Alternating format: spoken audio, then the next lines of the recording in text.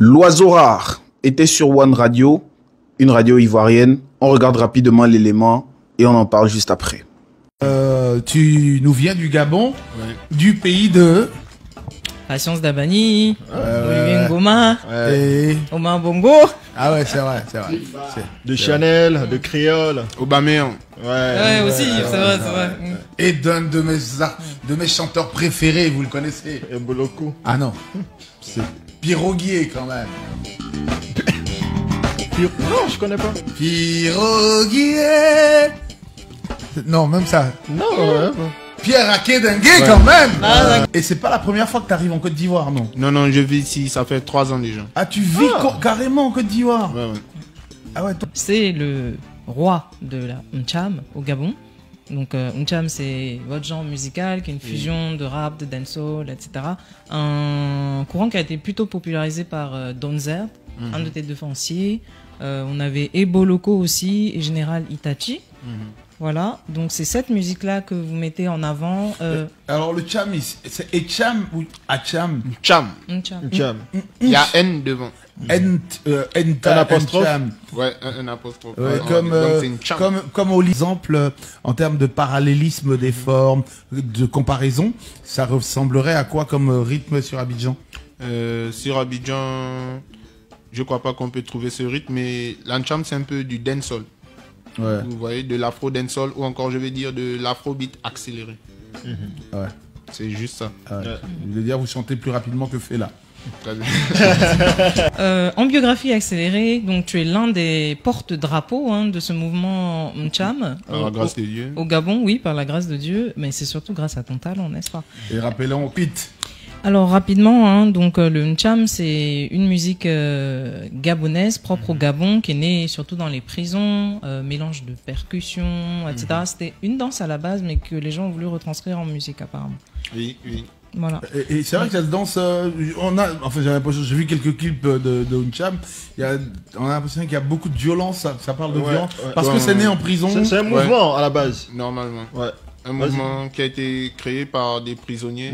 On va dire, ils avaient bien mangé, ils étaient rassasiés, ils se sont mis à danser. Et du coup, il y a des gars qui sont sortis de prison, qui sont sortis avec cette danse-là. Donc, c'est-à-dire tous les habitants normaux du pays étaient étonnés.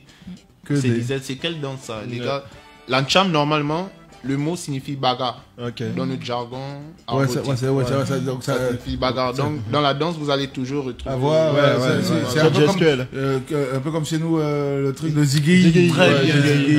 C'est ça, j'ai vu ça dans les clips. Mais en tout cas, j'aimerais... Par exemple, vu que cette danse et ce genre musical a été créé par des prisonniers, tout le monde s'est dit forcément que c'est une musique de bandits. Mais aujourd'hui, nous nous servons de ça pour sensibiliser, parler à nos frères, leur dire qu'on peut quitter de là et réussir, en fait, vous voyez. Parce qu'il ne faut pas forcément attribuer ça. Est-ce que ça a changé le regard qu'on a aujourd'hui des prisonniers? Quand tu sors des prisons, par exemple, j'étais un ancien gangster, quand j'arrive au quartier, tous les gars te disent N'Cham, aïe. Mais en parlant de ça, sans mentir, mon histoire c'est un peu ça. Vu que moi je sortais à peine de prison lorsque je suis devenu star. Tout le monde m'a connu, j'étais vraiment, ça faisait à peine 1 mois que je sortais de prison. Et aujourd'hui, sans vous mentir, beaucoup de personnes ont fait comme moi. Ils sont allés en prison et ils sont sortis et puis depuis 1 mois ils ont décidé de chanter. Donc en fait, c'est le ou la N'Cham? La N'Cham. Ok, ça va. On va terminer notre bio. Je raccourcis au maximum. Tu raccourcis comme tu peux. Voilà, donc on va aller droit au but. Ton objectif actuellement, c'est d'exporter la N'Cham et d'en faire un...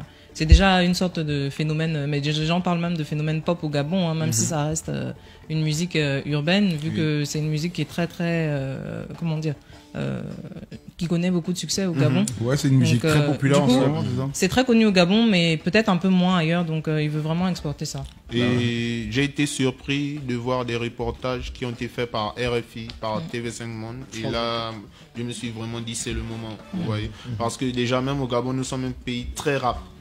Vous voyez, le Gabon, c'est vraiment le rap. Mais le rap, c'est pas pour nous. Et du coup, vu que ce genre musical est un peu affilié au banditisme, donc tout le monde rejette ce genre musical.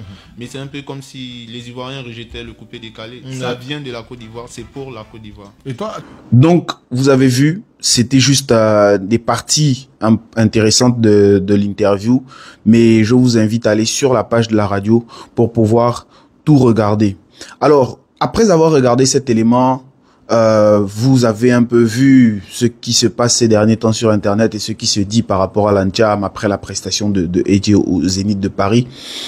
J'ai juste envie de dire que ce que vous ne comprenez pas n'est pas de la médiocrité. Je répète, ce que vous ne comprenez pas n'est pas de la médiocrité. Je vais vous raconter quelque chose très rapidement. Alors, il y a une œuvre d'un Italien. Le nom de l'œuvre, c'est Lo Sono. Et dans la photo qui apparaît là, vous voyez le nom de l'artiste, pardon. L'œuvre a été vendue à 15 000 $. Et cette œuvre est tout simplement une œuvre invisible. Invisible. Transparente. Moi, c'est comme ça que je l'appelle. Parce que quelque chose de transparent, pour moi, c'est quelque chose d'invisible. On ne voit rien dedans. Ça a été vendu à 15 000 $. Faites le calcul en francs CFA et revenez, on en discute après. Ce que vous ne comprenez pas, j'insiste et je répète, n'est pas de la médiocrité. Parce que c'est ce que vous voulez faire comprendre aux gens, que l'Anthiam est médiocre parce que vous ne comprenez pas l'Anthiam. Parce que vous n'avez pas encore scindé là où est-ce que l'Anthiam est en train de nous emmener.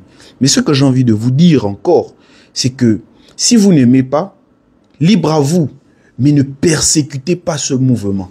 Parce que tout ce qui a été persécuté a toujours fini par être vainqueur et populaire à la fin. Si vous pensez que je blague, on se rendra compte dans 5, sinon 10 ans.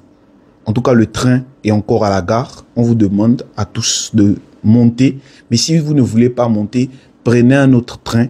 Mais ne critiquez pas ce train qui est en train d'aller vers quelque chose de très grand. Comme Mr. Wills l'a dit, l'Anthiam domine le monde et les galaxies.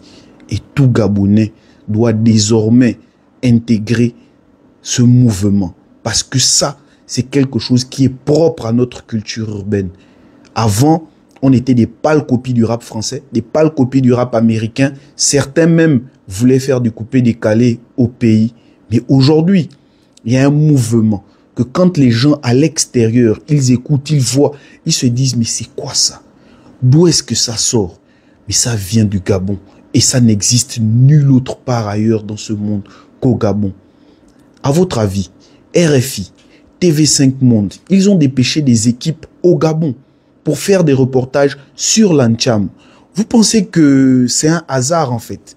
Récemment, Santana, que vous avez beaucoup critiqué, Ebo Loko a signé à Sony Music.